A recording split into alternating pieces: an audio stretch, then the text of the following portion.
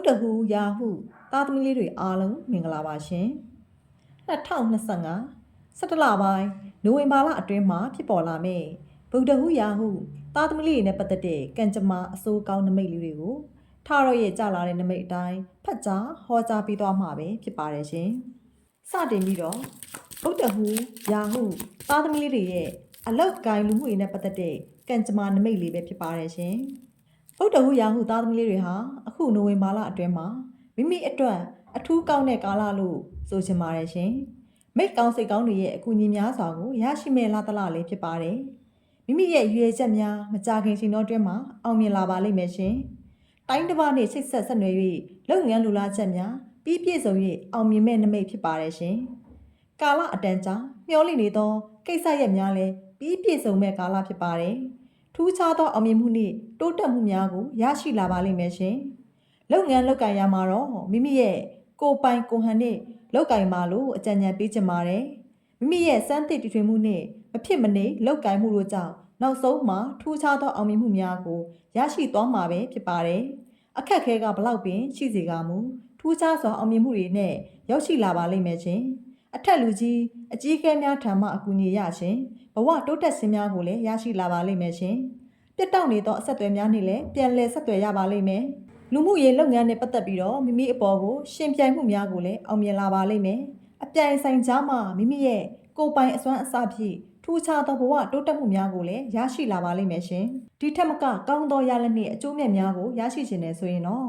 ဗုဒ္ဓဟူယာဟုသားသမီးလေးတွေဟာအခုနိုဝင်ဘာလအတွင်းမှာစိတ်ချခြင်းတဲကြီးခံခြင်းဖြင့်အရာရာကိုပြုလုပ်ပြောဆိုလုပ်ကင်ပါလို့ဆရာမကတော့အကြံဉာဏ်ပေးချင်ပါတယ်ရှင်လုပ်ငန်းနေရာနေအိမ်နေရာဆက်ဆံရသောပတ်ဝန်းကျင်ကတော့ဒီလထဲမှာပြောင်းလဲမှုများကြုံလာပါလိမ့်မယ်ရှင်ဆက်လက်ပြီးတော့ငွေကြေးနဲ့ပတ်သက်ပြီးတော့လည်းမြုပ်နေသောငွေများပြန်လည်ရရှိမဲ့ကာလဖြစ်ပါတယ်တချို့သောဗုဒ္ဓဟူယာဟုသားသမီးလေးတွေကတော့မိမိလုပ်ငန်းလုပ်ကိုင်ရင်းနဲ့အရေးအနည်းပြတ်တောက်သွားသူလေးတွေဟာမိမိအလုပ်ငန်းနဲ့ပတ်သက်ပြီးတော့ဆက်လက်လုပ်ကိုင်နိုင်ရန်ငွေကြေးနဲ့ပတ်သက်ပြီးတော့ပြန်လည်ပြီးတော့ကူညီပေးမဲ့သူများပေါ်ပေါက်လာပါလိမ့်မယ်ယခုကာလအတွင်းမှာပေါ်ပေါက်လာသောအခွင့်အရေးများကိုစနစ်တကျအသုံးချပါလို့အကြံဉာဏ်ပေးချင်ပါတယ်ထို့သို့အသုံးချခြင်းဖြင့်ငွေကြေးစနစ်တကျဝင်ခြင်းအဆင်ပြေခြင်းများဖြစ်ပေါ်လာပါလိမ့်မယ်ငွေကြေးနဲ့ပတ်သက်ပြီးတော့ကြုံတွေ့နေရတဲ့အခက်အခဲများကိုလည်းကူညီဖြည့်ဆည်းပေးမဲ့သူများပေါ်ပေါက်လာပါလိမ့်မယ်ရှင်မိမိကလည်းဆုံးဖြတ်ချက်ခိုင်မာခြင်းရှုမြင်သုံးသပ်ချက်မှန်ကန်ခြင်းတို့ကြောင့်ငွေရရှိမဲ့လာသလားဖြစ်ပါတယ်အခုကာလအတွင်းမှာပစ္စည်းလောင်ခြင်းဈေးကစားခြင်းများအထူးကောင်းမွန်ပါတယ်ရှင်ဆက်လက်ပြီးတော့ပညာရေးနဲ့ပတ်သက်ပြီးတော့လုပ်ငန်းနှင့်ပညာတွဲလျက်ဆောင်ရွက်လုပ်ကိုင်နေသောဗုဒ္ဓဟူယာဟုသားသမီးလေးတွေကအောင်မြင်မှုများကိုရရှိလာပါလိမ့်မယ်ပညာရေးလမ်းကြောင်းနဲ့ပတ်သက်ပြီးတော့လည်းအပြောင်းအလဲများကြုံတွေ့လာပါလိမ့်မယ်ပြည်ပအတတ်ပညာများကိုလည်းလက်ခံအောင်မြင်လာပါလိမ့်မယ်ရှင်အပြိုင်အဆိုင်အခက်အခဲကြားမှာမိမိလေ့လာသောပညာနှင့်လက်တွေ့တို့ပူးပေါင်းဆောင်ရွက်ခြင်းဖြင့်တိုးတက်မှုအလုံးစုံရရှိလာပါလိမ့်မယ်လို့ဟောကြားပေးချင်ပါတယ်ဆက်လက်ပြီးတော့အချစ်ရေးအိမ်တော်ရေးနဲ့ပတ်သက်ပြီးတော့ကောင်းသောမေတ္တာများကိုခံယူရရှိနေပါလိမ့်မယ်ပြည့်ရသူဗုဒ္ဓဟူယာဟုသားသမီးလေးတွေဟာကာလအတန်ကြာစောင့်ဆိုင်နေရသောမေတ္တာတုတ်ပြန်မှုစကားများကိုလက်ခံရရှိလာပါလိမ့်မယ်ချစ်သူခင်သူနှင့်ခွဲခွာနေရသောဗုဒ္ဓဟူယာဟုသားသမီးလေးတွေကလည်းမိမိရဲ့ချစ်သူထံမှစာပစ္စည်းစကားများလက်ခံရရှိလာပါလိမ့်မယ်မိမိကတဲကြီးခံခြင်းရှုပ်တီးနိုင်ခြင်းတို့ကြောင့်မေတ္တာရေးမှာအစဉ်ပြေခြင်းဘက်သို့ပြန်လည်ပြီးတော့ဥတီလာပါလိမ့်မယ်ရှင်တချို့သောဝေးကွာနေသောချစ်သူစုံတွဲလေးတွေဟာလည်းပြန်လည်စုံစည်းမဲ့နမိတ်များဖြစ်ပေါ်နေပါတယ်ရှင်ပေါင်းစည်းရန်စုံစည်းရန်ခက်ခဲနေသောဗုဒ္ဓဟူယာဟုသားသမီးလေးတွေဟာလည်းရှောင်းမွေ့စွာနဲ့ပြန်လည်ပြီးတော့စုံစည်းနိုင်ရန်အနေထားသို့ဥတီသွားပါလိမ့်မယ်ရှင်အိမ်အောင်ရှင်ဗုဒ္ဓဟူယာဟုသားသမီးလေးတွေကတော့မိမိအိမ်အောင်ဘက်နှင့်မိမိရဲ့အကြားမှာတန်တရားဖြစ်စရာစကားများစရာများတော့ကြုံတွေ့နေရပါလိမ့်မယ်ရှင်ပြိုရဲသူဗုဒ္ဓဟူယာဟုသားသမီးလေးတွေကတော့အထူးစံပွင့်မဲ့လှသလားဖြစ်ပါတယ်ရှင်ဆက်လက်ပြီးတော့ကျမ်းမာရေးနဲ့ပတ်သက်ပြီးတော့ကြီးမားတဲ့ကျမ်းမာရေးကတော့အညံ့မရှိပါဘူးရှင်သို့ပါတော့လည်းမတော်တဆထိခိုက်အနေအများဖြစ်တတ်ပါတယ်ဓာတ်လိုက်ခြင်းမီးလောင်ခြင်းများကိုအထူးသတိရှိရမယ့်လှသလားဖြစ်ပါတယ်ရှင်အစာအိမ်1 byte ဥပတ်အနှဲငယ်များဖြစ်တတ်ပါတယ်ရှင်ရေချောင်းခရီးဖြစ်သွာလာလှုပ်ရှားနေသောဗုဒ္ဓဟူယာဟုသားသမီးလေးတွေကတော့အခုကာလအတွင်းမှာအနေအနှဲငယ်ကြုံတွေ့နိုင်ပါတယ်ရှင်အထူးသတိရှိရန်လိုအပ်ပါတယ်လို့ဆရာမကတော့သတိပေးချင်ပါတယ်ရှင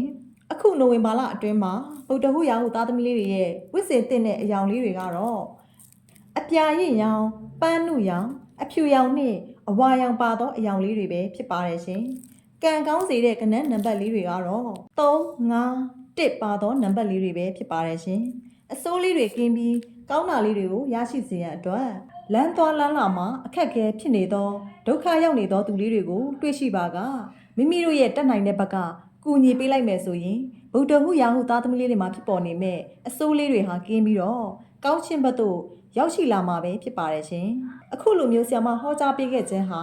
နိုဝင်ဘာလအတွင်းမှာဖြစ်ပေါ်လာမဲ့ဗုဒ္ဓဟူရာဟုသားသမီးလေးနဲ့ပတ်သက်တဲ့ကံကြမ္မာနမိတ်လေးတွေပဲဖြစ်ပါတယ်ရှင်မိမိတို့ရဲ့ကံကြမ္မာအစိုးကောင်းနမိတ်လေးတွေကိုတီးတန့်တိလုံးမင်းမြန်းလို့တဲ့ဗုဒ္ဓဟူရာဟုသားသမီးလေးတွေဟာဆရာမရဲ့ဖုန်းနံပါတ် Viber ရှက်ပေါက်များမှတစ်ဆင့်ဆက်သွယ်မင်းမြန်းလို့ရပါတယ်ရှင်ဉာဏ်ပူဇော်ကလေးတွေကိုတော့သတ်မှတ်ထားပါတယ်ရှင်